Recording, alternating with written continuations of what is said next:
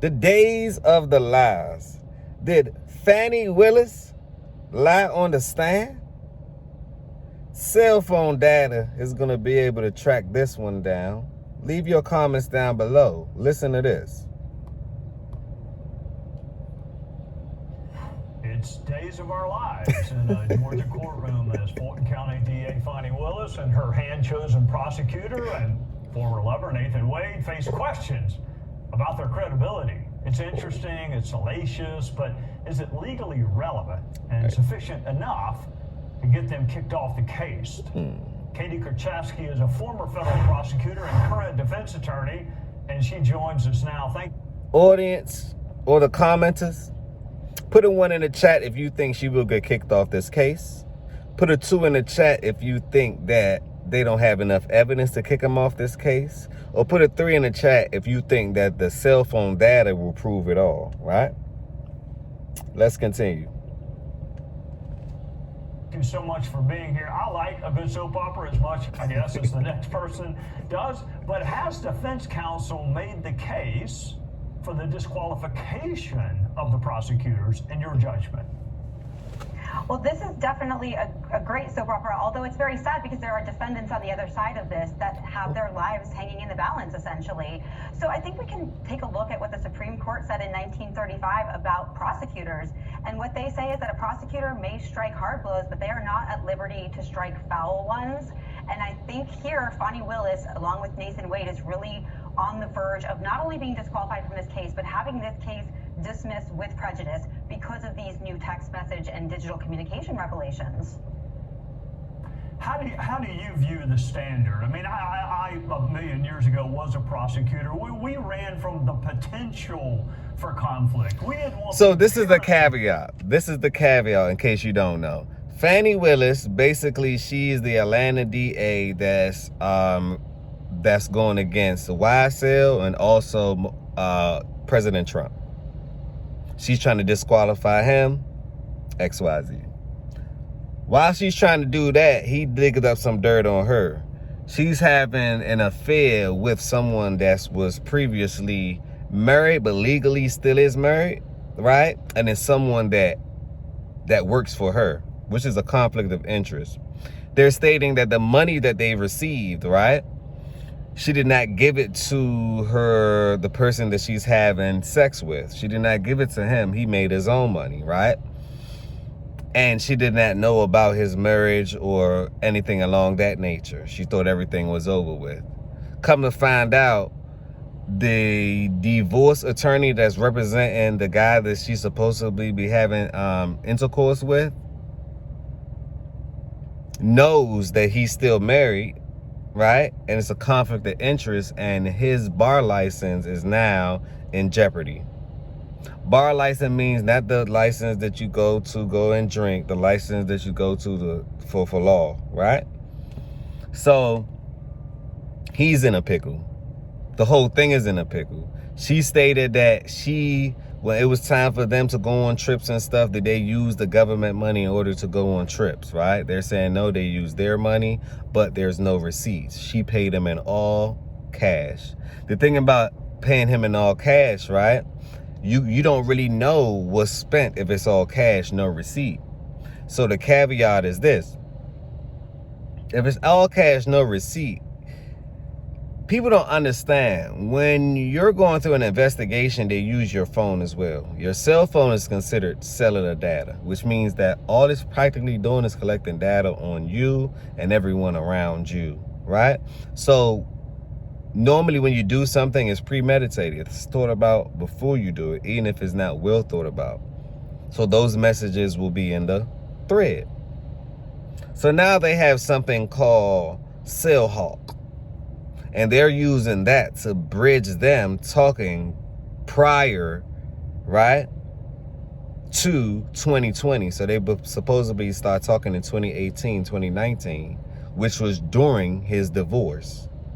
And she was staying at the White House that supposedly Fani Willis was staying at the White House that rented her out a room.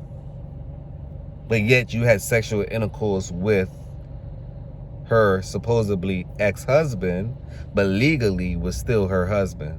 That's a bit foul, wouldn't you say? Leave your thoughts down below. I really want to know what you think about this one. But let's continue to see what they have to say about it. Conflict. But if the standard is actual conflict for disqualification, what does that look like? And how do you view the standard in Georgia? When you have a senior prosecutor, a DA, who is actually bringing on an outside contract attorney with no experience or very little experience and paying them more than what other contract attorneys are being paid, and then seeming to get these benefits of some, personal... Y'all hear that? She brought somebody up that wasn't qualified to actually do the job, but yet he was getting incentivized as if he was. Why? Because he was putting wood in her. Put that down in a comment. He was putting wood in her, right?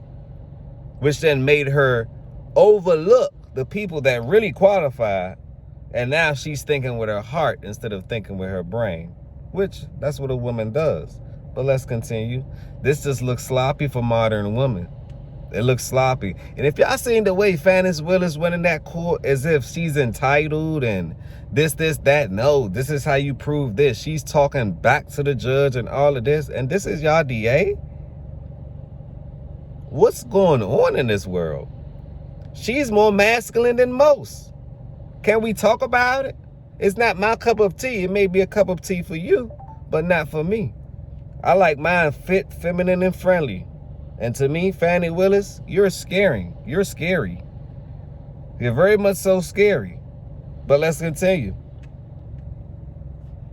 Out of it, then you have to wonder whether there's an actual conflict, whether she's actually benefiting from the relationship because of his involvement in the case, and any sort of impact on the case itself. Now, in terms of the disqualification, I think that it was kind of a close call before we knew that the timeline of the relationship may very well have existed long before the indictments and the grand jury portion of this case were even occurring. So now that it seems to be evident that there's strong evidence that this relationship began way before they both claimed it did, and that's putting aside the perjury, there is a question about the genesis of the case altogether and the propriety of the case altogether. And the question for the judge is not only do I need new prosecutors on this case, do I actually have to get rid of this case altogether because the taint is essentially irreversible. So I think it's a matter of degree, but here it's looking a lot. It's looking too dirty, too filthy. Everyone gonna get involved, so they might as well throw it out. Because if they throw that out, they're gonna throw Trump out and they're gonna throw YSL out. Everybody go home. It's a dirty case, dirty seats, it's dirty people, dirty intentions. Now, this will be beneficial to Trump. He just made some sneakers, and I already know people are so easily fooled that they, black people, some shoes, they okay. Never got that culture. That's why I don't like the culture. I never did. It's not for me. It don't represent us in its entirety. It's BS, right? But I understand marketing. So the way I see it is Trump look like he up next. But let's continue. More tainted. Yeah, you're right. I mean, the new evidence impeaches their credibility, and trustworthiness is always relevant, and credibility is always relevant. Let me ask you this. The whole saga might well result in a delay for the former president and the other defendants. But if I'm a defendant, I think I want to be prosecuted by somebody who does real estate. Did y'all hear the way this man said defendant? Leave a comment down below.